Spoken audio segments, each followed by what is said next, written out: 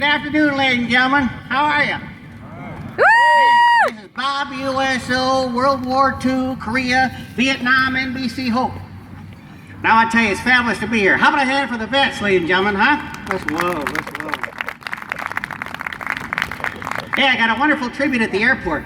Yeah, they fired 21 shots in the air in my honor. Of course, it would have been nice if they'd have waited for the plane to land. I spent 2 days in the hospital. Then I took a turn for the nurse. But the doctor at the vet hospital was really great. He said, "Don't worry, Bob, I'll have you walking in an hour." He did. He stole my car. That's whoa. But I tell you, I just flew in from Los Angeles. Man, what a place where you can smell the air and see it coming at you at the same time. Whoa. Hey, how about those baggage handlers, huh? Man, I've flown so often I've been to almost as many places as my luggage. They keep losing it. Hey, I tell you, I'm really happy to be here tonight. Of course, at my age, I'm happy to be anywhere.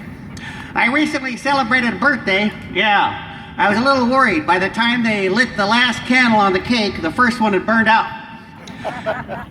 You know you're in trouble when they spend more money on the candles than they do the cake.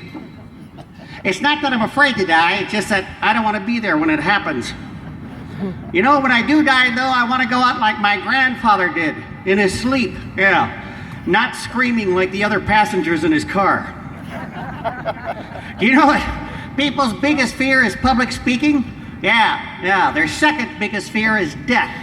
Public speaking beats death. That means at a funeral, people would rather be in the coffin than giving the eulogy. That's wild. Hey, how about the restaurants out here? Aren't they fabulous? Man, I was really impressed with myself. Last night I ordered a whole meal in French, and even the waiter was surprised. It was a Chinese restaurant. For breakfast, I went to a Polish Cajun restaurant. Yeah, Polish Cajun. They serve one item, blackened toast. I asked the waiter for the hot chocolate. He brought me a Hershey bar and a match. For lunch, I went to a Jewish-Japanese restaurant. Yeah, Jewish-Japanese. Maybe you've heard of it. It's called Susumi. Tonight, I'm going to an Irish restaurant. Yeah, they said they serve an Irishman's 7-course meal. Yeah, I asked them what was that. They said it's a 6-pack and a potato. I love saying potato. Speaking of things international, I just got back from a pleasure trip. Yeah, I took my mother-in-law to the airport.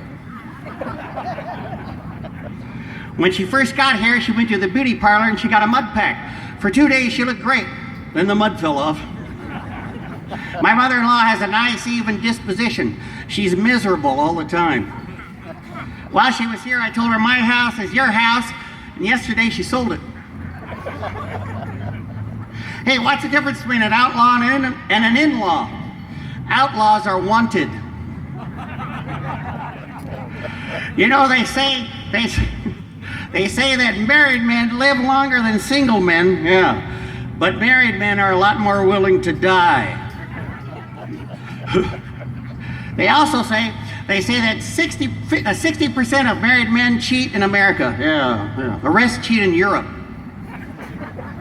You know, speaking of Europe, not many people know this, but I was born in England. Yeah. I was born to a very poor family. My parents couldn't afford to have children, so our neighbor had me. I was the youngest of 6 older brothers. Yeah. That's why I learned to dance. Yeah, waiting in line for the bathroom. We were so poor we couldn't afford blankets. When it got cold, my mother would just throw another brother on. My father would come to me and he'd say, "Hey, listen, stupid." He always called me listen. And he was hardly home. He was always away drinking booze, yeah. He saw a sign once that said, "Drink Canada Dry." So he went up there. You know, speaking of drinking, I just got off a diet, yeah.